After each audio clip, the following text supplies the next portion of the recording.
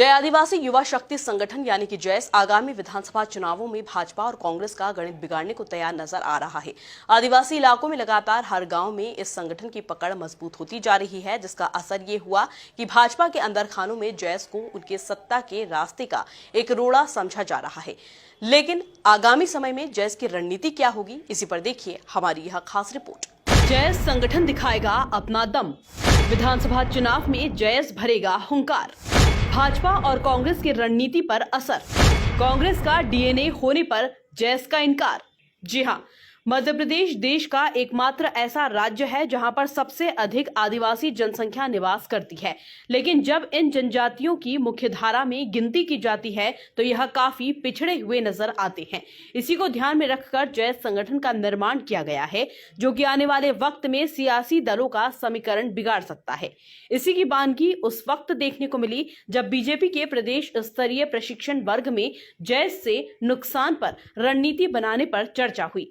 वहीं अब इस पर जैस भी मुखर नजर आ रहा है। जय आदिवासी युवा शक्ति जयस आज पूरे प्रदेश में विपक्ष की भूमिका निभा रहा है, क्योंकि विपक्ष को जिस प्रकार से भूमिका निभाना चाहिए विपक्ष अपनी भूमिका नहीं निभा रहा है। और आज माननीय वीडी शर्मा जी ने, जो बीजेपी के प्रदेश अध्यक्ष, उन्होंने अपने मुंह से बोला है कि उनको कांग्रेस से तकलीफ नहीं है, उनको कांग्रेस से दिक्कत नहीं है, उनको जयस से तकलीफ है। इसलिए वो जयस को लेकर अनर्गल बयान दे रहे हैं, असामाजिक संगठन बोल रहे हैं। इन शब्दों से साफ जाहिर होता है कि उनकी बौखलाहट जयस को लेकर जो हमको देखने को मिल रही है। लेकिन सरकार जो बेरोजगार युवाओं के साथ जो अन्याय शोषण कर रही है, उसको बेरोजगार युवाओं के साथ मिलकर जयस हमेशा लड़ाई लड़ता आया है और हमेशा लड़ते रहेंगे।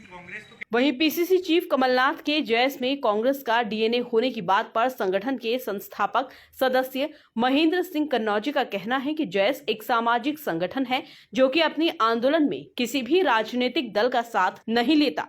जयस एक शुद्ध रूप से सामाजिक संगठन है और हम लोग अपने मुद्दे की लड़ाई लड़ते हैं। ये व्यक्तिगत उनका विचार हो सकता है या उन्होंने जो भी सोचा है, क्योंकि व्यक्ति किसी न किसी एक राजनीतिक दल को वोट करता है। मैं इन बातों का खंडन करता हूं कि डीएनए या जिस प्रकार से जयस पे आरोप लगाए जा रहे हैं, कुछ लोग हो सकते हैं, लेकिन जयस एक सामाजिक, शुद्ध रूप से सामाजिक संगठन है। देखिए, डॉक्टर हीरा अलावा कांग्रेस में जाकर कांग्रेस के सिंबल पर मनाव विधानसभा से चुनाव लड़े। डॉक्टर अलावा जी को बोल सकते हैं कि वो कांग्रेसी हैं, लेकिन जयस के जितने भी पदाधिकारी हैं, जयस जो भी आंदोलन करता है शुद्ध रूप से सामाजिक होता है। उसमें कोई पार्टी का इन्वॉल्व या यूं नहीं कह सकते हैं कि ये पार्टी का काम कर रहे हैं। आगामी विधानसभा चुनाव में जैस के भी लड़ने की तैयारी है और उसके लिए मालवा निमाड़ की सीटों पर जैस का खास फोकस है। देखिए, जिस प्रकार से सरकार युवाओं के साथ शोषण कर रही है, युवाओं का जो हक अधिकार है वो नहीं दे रहे, किसानों के साथ अन्य अत्याचार हो रहा है, दबे कुचले लोगों के साथ अन्य अत्याचार हो रहा है।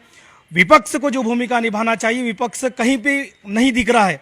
हम लोग विपक्ष अगर अपना काम नहीं करेंगे, हम विपक्ष की भूमिका निभा रहे हैं। और अगर ऐसी आवश्यकता लगी कि हमारे जो राजनीतिक दल है वो अपने मुद्दे से भटक जाएंगे, बेरोजगार युवाओं के मुद्दे अगर नहीं उठाएंगे, तो हम विचार करेंगे और हो सके तो हम इंडिपेंडेंट भी लड़ेंगे। हमारी बूथ लेवल पे हमारे कार्यकर्ताओं के साथ हमारी संवाद हो रहे हैं, बैठकें हो रही है, हमारे पूरा खाका तैयार हो रहा है। अगर ऐसा आवश्यकता लगा कि राजनीतिक दलों को जो काम करना चाहिए वो अगर नहीं करेंगे तो हम बिल्कुल इंडिपेंडेंट रूप से लड़ेंगे। हम लोग मालवा निमाड़ की जो 22-23 सीटें हैं उन पे अभी फोकस कर रहे हैं।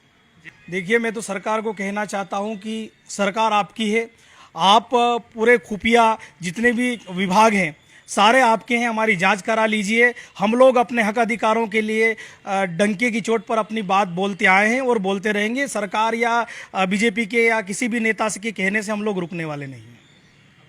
जैस राजनीतिक दलों को कितना नुकसान पहुंचा पाएगा ये तो आने वाला वक्त ही बताएगा, लेकिन ये तो साफ है कि सियासी दलों ने जैस को लेकर खास रणनीति पर काम करना शुरू कर दिया है। Bureau report, MP news, Indore.